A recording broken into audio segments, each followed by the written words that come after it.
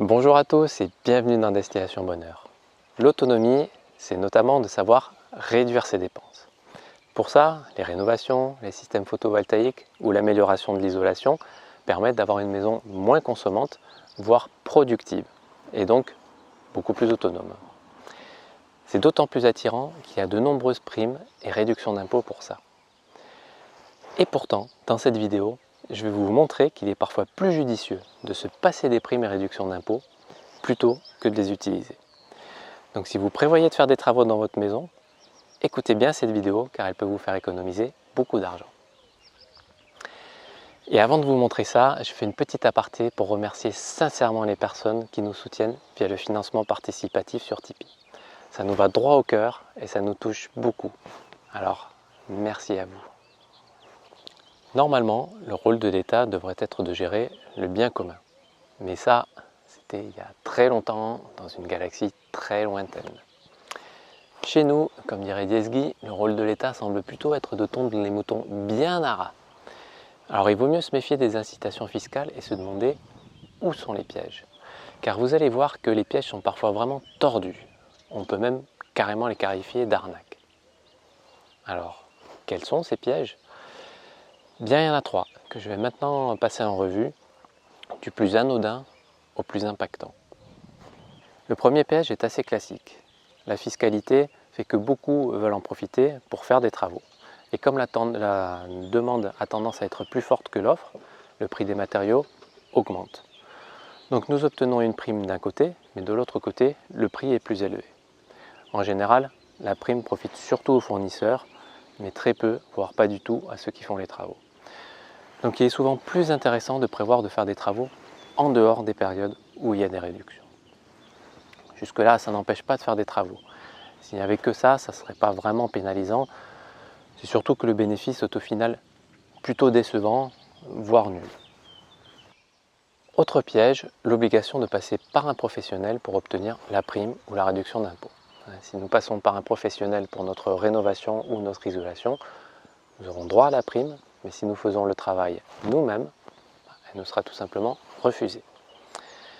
Le souci, c'est que les avantages fiscaux incitent beaucoup d'opportunistes à proposer leurs services pour les travaux de rénovation sans forcément avoir les compétences des gens installés depuis longtemps. Il est parfois difficile de trouver des gens compétents pour faire les travaux. Et comme pour les fournitures, la demande plus forte que l'offre a tendance à faire monter les prix. Là encore, la prime est intéressante pour les professionnels, elle l'est beaucoup moins pour ceux qui font les travaux. Mais la vraie arnaque est celle de l'augmentation de la valeur locative de la maison. C'est très subtil, mais au final, c'est de loin le piège qui nous coûte le plus cher. J'ai compris ça en parcourant la feuille d'explication qui accompagne l'avis de taxe foncière. Vous voyez, c'est qu'on reçoit tous avec nos taxes foncières. Dans la partie « Vos interrogations concernant la taxe foncière », il y a un paragraphe un peu plus bas intitulé « Pourquoi ma taxe foncière a-t-elle augmenté ?» Et une phrase de ce paragraphe a retenu mon attention. C'est celle que j'ai surlignée en rose. Je vous la cite. « La valeur locative de votre logement a été révisée, par exemple, à la suite de réalisation de travaux importants. » Sur le moment, je me suis demandé comment le fisc pouvait bien savoir si quelqu'un avait fait des travaux importants. Et c'est là que j'ai cliqué. En fait, c'est très simple. Il suffit de promettre une prime ou une réduction d'impôt pour que les gens déclarent d'eux-mêmes les travaux importants sur leur maison. Donc si je résume, on déclare les travaux pour obtenir une prime que l'on obtient une fois, et encore en étant obligé de payer les travaux au prix fort à cause d'une forte demande et parce qu'on est obligé de passer par les professionnels. Mais ensuite, ces travaux feront augmenter la taxe foncière de la maison et nous allons payer ce surcoût chaque année pendant toute la durée de vie de la maison. C'est vraiment vicieux car la taxe foncière est une grosse moulinette et il est très difficile de comprendre que l'augmentation qu'on constate sur notre avis de taxe foncière ne correspond pas à une augmentation générale, mais plutôt à une augmentation individuelle à cause des travaux réalisés l'année précédente. Donc sur le court terme, la prime nous fait gagner des sous car elle va rapporter plus que l'augmentation de la taxe foncière nous fait perdre, mais à moyen terme, le cumul année après année de ce surcoût de la taxe foncière finit par dépasser la valeur de la prime et à long terme, ça représente une perte conséquente.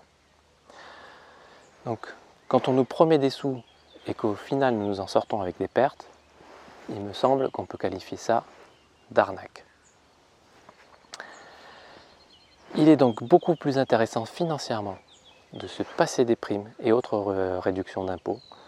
Et cerise sur le gâteau, ça nous évite toutes les formalités associées, comme les demandes compliquées et les calculs fastidieux pour savoir si nous sommes éligibles ou non.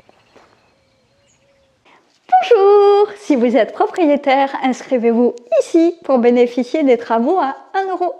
Comme ça, je récupère plein de sous grâce à vous. Et vous vous faites bien bonne année. Le tout avec le sourire, bien sûr.